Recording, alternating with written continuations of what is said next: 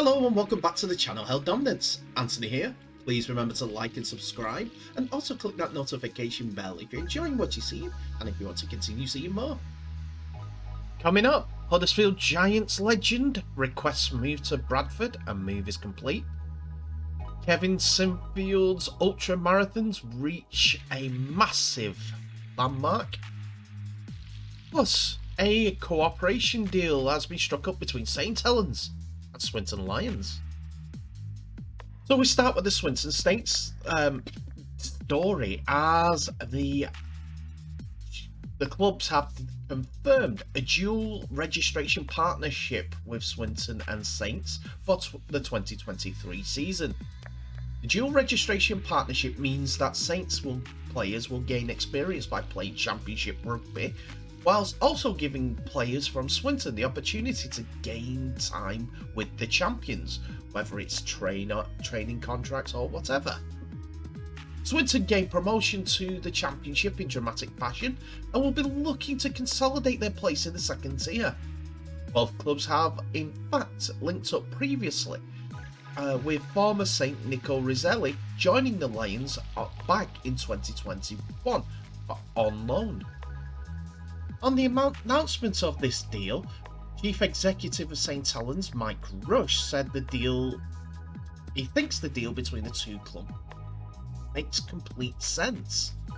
The partnership is a great opportunity for some of our younger lads to get some first team action in the Championship with a good competitive side, which can only build their experience and hunger to play first team rugby. At the same time, it's a great chance for some of the Swinton Lions players to get some time in our setup and specifically in our reserves. So we're happy that we can give them the opportunity to them next season. This was obviously echoed by the St Helens head coach Paul Wellens, as they said throughout the season that this partnership with Swinton will allow some players getting some valuable minutes in really strong competition. They will ensure those players get the opportunity to play, will hold up the high standards they expect of them while representing Swinton. Equally, they value the importance of the reserves competition and have the option to potentially call upon Swinton for some players at key times in the season, as well as giving their players opportunity to play and train with the St Helens, which is only a benefit to both clubs. They're looking forward to working with them during the 2023 season. From the Swinton side, it is a fantastic opportunity, as CEO of the Lions, Steve Wild, said that him and coach Alan Coleman recently had encouraging and productive meeting over at St Helens with their CEO Rush, head coach Wellens, and their head of youth Derek Trainer. He continued, in the agreeing the dual registration agreement, not only do we recognise the opportunities for potential significant strengthening of our player pool for 2023, we also saw it has recognition for extremely knowledgeable people from within the sport as to how far we at Swinton are developing. We are now looking forward to working collaboratively with St Helens, which can only help our ambition both on and off the field. We have an excellent recent record for helping to develop younger players, both through our dual registration agreements and our own efforts. And hopefully the Saints will do play for us in 2023 will grasp the opportunity as a crucial part of their own personal development. Swinton have a good record in recent years, as a couple of their players have gone on to play in Super League. Matty Ashton at Warrington was signed after the speedster impressed at the Lions, and then Frankie Holton, who developed through Swinton Lions playing regular Championship League One Rugby League and then moved on to Featherstone, then went on to play for Hull KR.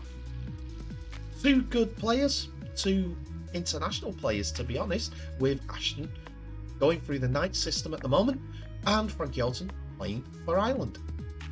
Let's hope this will continue a trend and Swinton will continue to develop.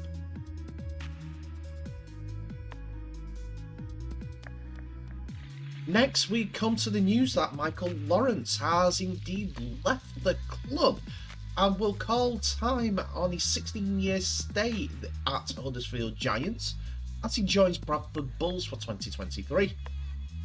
Lawrence has agreed to move to the Betfred Championship side that sees him sign a 2-year contract with immediate effect. He will join up with younger Giants squad members like George Roby and Fenton Rogers, as well as former teammates Tom Holmes and Chester Butler. The Giants understand and support Michael's desire to play first team rugby league on a regular basis, and with first team opportunities becoming limited for Lawrence over the last year, Huddersfield have recognised he still has a lot to offer and wants to give the opportunity of being the best player that he can be on the field, week in and week out. After making 324 appearances for the Giants and crossing for 52 tries, Lawrence joins Bradford Bulls with Huddersfield's best wishes and everyone associated with the Giants club's best wishes too. Lawrence made the step up to the first team after being a consistent number of outstanding performances for the academy in 2007, ahead of a 2008 season, and originally played on the wing or centre before moving into the forward role in the future. He made his debut against Warrington Wolves in 2008, making him the first born in the 1990s to play in Super League. That being the first player born in the 1990s to play in Super League. The popular forward was a huge figure within the club, supporters and staff, and created a legacy at the Bradford Bulls within his time due to his no-nonsense playing style, while being the club captain. Nicknamed Bruno, he won the League Leaders Shield in 2013 with Huddersfield Giants and went on to be one of the most successful Giants players in recent history, being part of some of the greatest sides in recent history and playing in an influential role in crucial victories over the years. The 32-year-old Jamaican international said he was excited for the new challenge ahead and yet sad to leave his boyhood club. First and foremost, I've been lucky enough to live out my dream and represent my hometown for so long. I've made so many great memories on and off the field over the past 16 years. I'd like to thank Ken and Richard and all the backroom and performance staff for everything they have done for me at the club, my teammates who I've played with and who are friends for life, and finally the loyal fans who have supported me and the club through thick and thin. Now, I'm very excited for my new challenge at Bradford Bulls and wish the Giants all the best for the season ahead. Huddersfield Giants Managing Director Richard Thulis paid tribute to the man who made 324 appearances in the Claret and Gold. There is no doubt whatsoever in my mind Michael Lawrence leaves our clubs as a modern day icon of the club in the town. He has played his entire career for us since joining from Newson Panthers and has a role model professional personality at all times. Last year was the first, I guess, when he simply didn't get the game time he'd become accustomed to, and there was no doubt that it hurt him. However, in typical style, he battled on and did all he could for the team on and off the field. He has never been anything but the superb professional. It really is that simple. The reality, however, is that he wants to play week in, week out, and the opportunity for him to do so has arisen elsewhere, and it's one I know he's excited about. It's a sad day for us at the club, many of us at the club, who have known him so long, but one that Michael wants, and one that we will continue to support him in, and he and his family know that they are always welcome back anytime.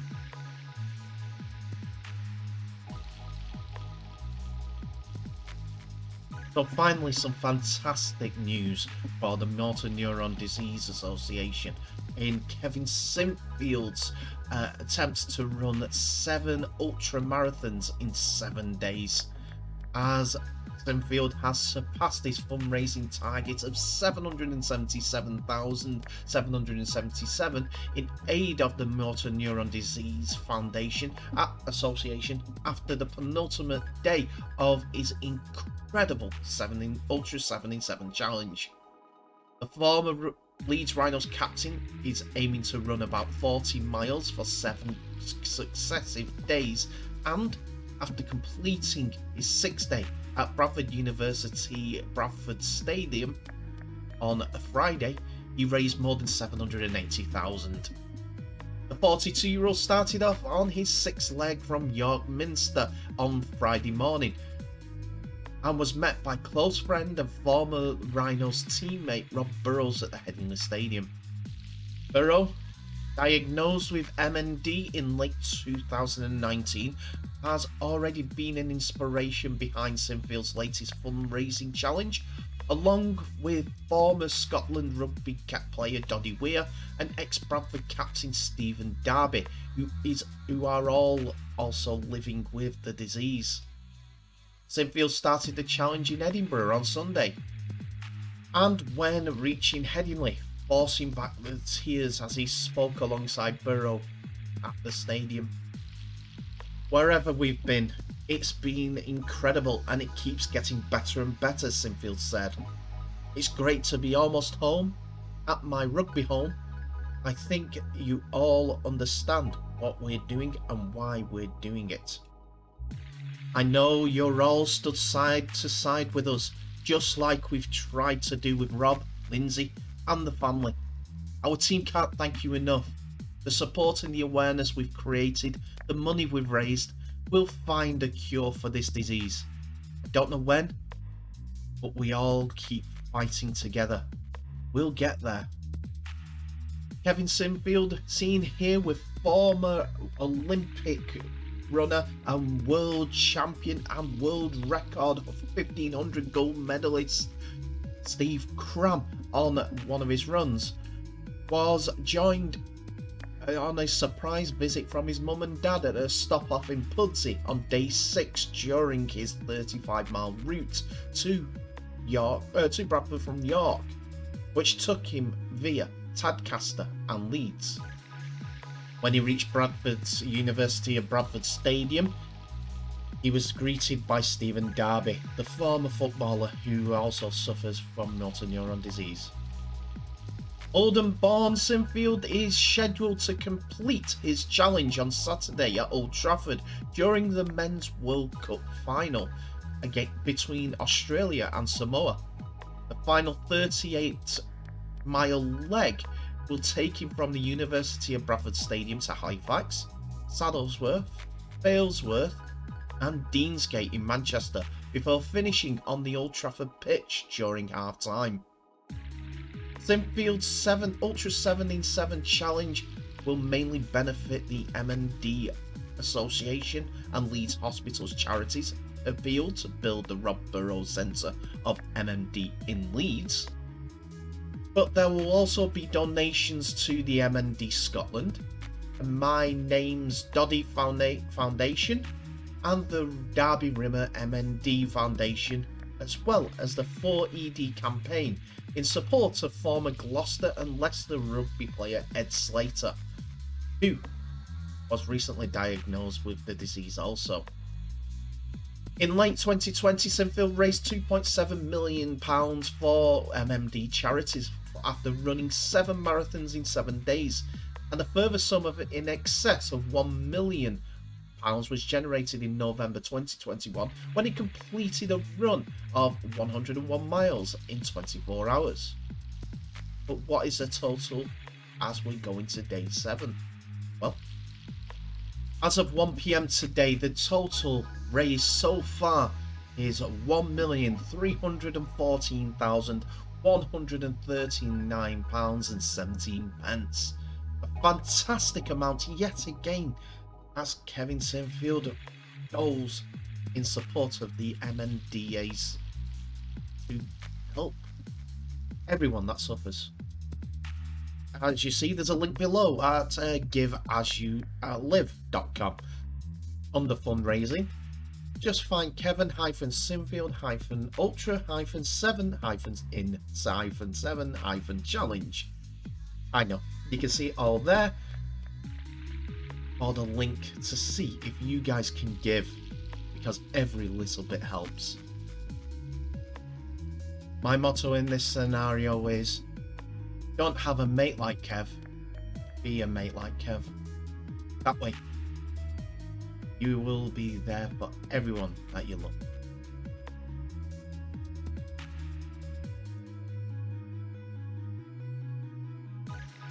And that's it for another episode, ladies and gentlemen. Thank you so much for watching. Please remember to like, subscribe and share this video worldwide, as well as clicking on that notification bell for any updates on new videos that may be coming our way in the future. Tell me what your thoughts are on today's episode in the comment section below, as there's a lot to go through, and I want you all to be focusing on if you can give to the MNDA Association. I'll put a link in the description if you want to donate or not. That's totally up to you. You just need to help. Try to as much as I can. But the more people helping, the more chance that we can get this disease that's affecting so many people out the window. Anyway, I'll end the episode there, and I'll wish you all the best. Please remember to share this video worldwide. I will see you in the next episode. All the best. Bye for now.